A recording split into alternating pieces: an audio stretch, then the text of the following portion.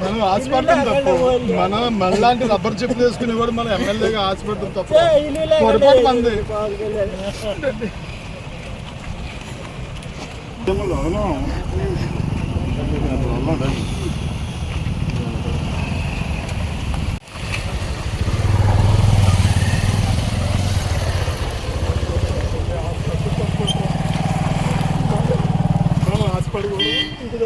మనం డబ్బు లేని వాళ్ళు మనం ఎమ్మెల్యేగా హాస్పిటల్ పంపి పొరపాటురా.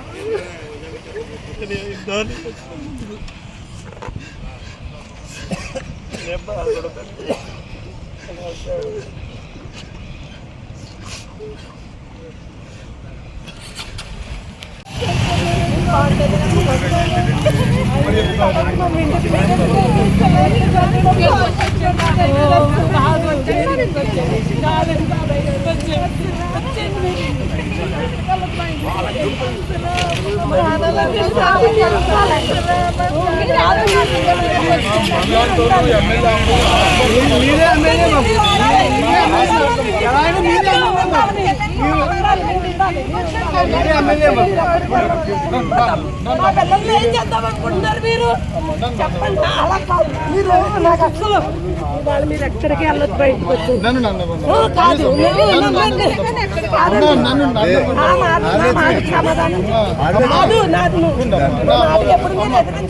వచ్చి Telugu Desam party seat Telugu Desam party తరఫున పోటీ చేయడానికి సిద్ధపడినటువంటి గౌరవనీయులు శ్రీ జ్యోతుల నెహ్రూ గారికి చంద్రబాబు నాయుడు గారు ప్రకటించడం జరిగింది. ప్రకటించిన వెంటనే నేను జ్యోతుల నెహ్రూ గారికి శుభాకాంక్షలు మీడియా ద్వారా తెలియజేయడం జరిగింది.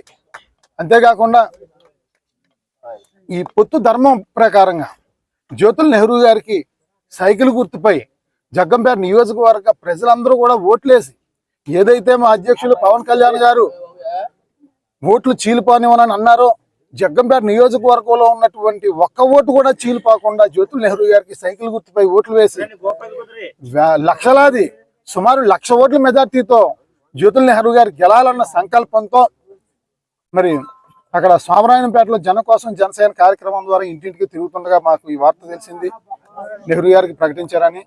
అక్కడి నుంచి సోమరాయనపేట నుంచి మాకు ఇష్టదైవమైనటువంటి మరి అచ్యుతాపురం శ్రీ కనకదుర్గమ్మ వారి గుడికి మొక్కు చెల్లించుకోవడానికి బయలుదేరడం జరిగింది. జ్యోతుల నెహ్రూ గారు అఖండమైన మెజార్టీతో గెలవాలని అమ్మవారిని మొక్కుకోవడానికి బయలుదేరడం జరిగింది.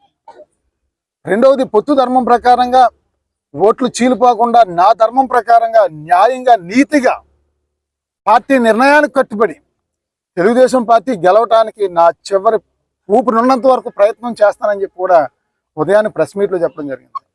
రెండో ధర్మం మరి ఒక సామాన్య ఒక రైతు బిడ్డగా రెండో ధర్మాన్ని కూడా తెలియజేయడం జరిగింది.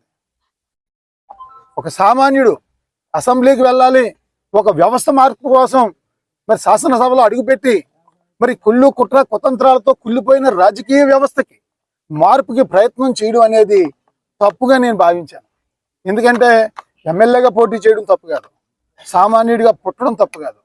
సామాన్యుడిగా పుట్టినవాడు ఎమ్మెల్యేగా పోటీ చేయాలి, అసెంబ్లీకి వెళ్ళాలని అత్యాసపడ్డం తప్పు. నేను ఆ రకంగా అత్యాసపడ్డాను. రబ్బర్ చెప్పులు వేసుకునేవాడు అసెంబ్లీకి వెళ్ళడానికి అవకాశం ఉంటుందని నేను ఆశపడ్డాను. మరి అందుకు గాను మరి వాళ్ళ రాష్ట్రంలోనే కాదు దేశంలో ఎంతో మంది నాలాంటి సామాన్యులు వ్యవస్థ మార్పు కోసం మరి వాళ్ళకు ఉన్న కష్టాలు ఎన్నో ఎదుర్కొని కుటుంబాలను రోడ్లు పడేలాగా పరిస్థితులు కూడా వచ్చి ఎంతో మంది వ్యవస్థ మార్పు కోసం రాజకీయాల్లోకి వచ్చి ఎంతో మంది చనిపోతున్న పరిస్థితులు కూడా మేము చూస్తాము చరిత్ర చూసుకుంటే. అటువంటి రబ్బర్ చెప్పులు వేసుకునే సామాన్యుడు ఎవరో కూడా అసెంబ్లీ గేటు తొక్కడానికి కానీ ఎమ్మెల్యేగా పోటీ చేయడానికి ఆలోచన కూడా రాకుండా ఉండడం కోసం ఈరోజు ఉదయం నుంచి కూడా అంతిమ ఆమరణ నిరాహార దీక్ష కార్యక్రమం ద్వారా మనం నిర్ణయం తీసుకోవడం జరిగింది. మా యొక్క నిరాహార దీక్ష ఏంటంటే ఏదో పవన్ కళ్యాణ్ గారిని తప్పు పట్టడానికో చంద్రబాబు నాయుడు గారిని తప్పు పట్టడానికో పొత్తుని తప్పు పట్టడానికో కాదు. పొత్తుని స్వాగతిస్తున్నాను, పవన్ కళ్యాణ్ గారిని దేవుడిగా ఈ క్షణం నేను భావిస్తా ఉన్నాను. నేను జనసేన పార్టీ, నా పార్టీ జనసేన, నా అధ్యక్షుడు పవన్ కళ్యాణ్ గారు, నా ప్రాణం పవన్ కళ్యాణ్ గారిని. ఈ సందర్భంగా మరి ప్రజలందరికీ కూడా నాలాంటి మంచి ఆశయాలు ఉన్న వాళ్ళు ఎవరో కూడా రాజకీయాల్లోకి సామాన్యులు రావడానికి ప్రయత్నం చేయొద్దని ఈ సందర్భంగా మా మరణం ద్వారా మరి నాలాంటి ఆశయాలు ఉన్న వాళ్ళందరూ కూడా మీరు కుటుంబాన్ని, భార్య పిల్లల్ని, తల్లిదండ్రుల్ని వదిలేసి మీ సమయాన్ని వృధా చేసుకోవద్దని చెప్పి ఈ సందర్భంగా నేను తెలియజేస్తా ఉన్నాను. మరి ఈ నేపథ్యంలో మరి సుమారు 40 కిలోమీటర్లు నడిచి రావడం జరిగింది ఉదయం 12 గంటల నుంచి ఇప్పటి వరకు. మరి ఇక్కడికి పెంటపల్లి వచ్చేటప్పటికి పోలీసు వారు 100 మంది పోలీసు వారు వచ్చి మమ్మల్ని అడ్డగించి దౌర్జన్యంగా మరి అందరినీ కూడా చాలా చేయడం, నన్ను కూడా చాలా దురుసుగా ప్రవర్తించి మీరు నడవడానికి వీలు లేదని చెప్పేసి నన్ను నిర్బంధించడం జరిగింది పోలీసు వారు. ఈ సందర్భంగా నేను పోలీసు వారిని ప్రశ్నిస్తా ఉన్నాను, ప్రభుత్వాన్ని ప్రశ్నిస్తా ఉన్నాను. నా హక్కు, నేను అమ్మవారు దుర్గమ్మ అమ్మవారు అచ్యుతాపురంలో ఉన్నటువంటి దుర్గమ్మ అమ్మవారి సన్నిధికి చేరుకుని నేను పూజా కార్యక్రమం చేసుకోవడానికి వెళ్తా ఉంటే అడ్డుకోవడానికి మీకు ఎక్కడ హక్కు అని చెప్పి అడుగుతా ఉన్నాను. మేము ఏమన్నా ట్రాఫిక్ ఆఫ్ చేసామా? ఎవరన్నా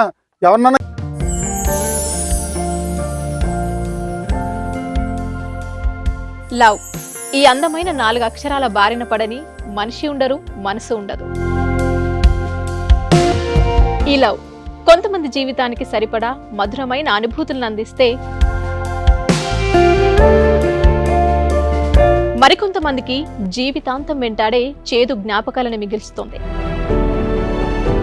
లైలా మజ్ను, పార్వతీ దేవదాస్ ఈ 2 కథల్లో మజ్ను లైలా ప్రేమ కోసం ఎంత పరితపించాడో విన్నాం. దేవదాస్ పార్వతి ప్రేమ కోసం ఎంత పిచ్చోడయ్యాడో చూసాం. కానీ లైలా మజ్ను ప్రేమ కోసం ఎంత ఆరాటపడిందో మనం ఆలోచించలేదు. దేవదాసు దూరమయ్యాక పార్వతి పరిస్థితి ఏంటో మనం అర్థం చేసుకోలేదు.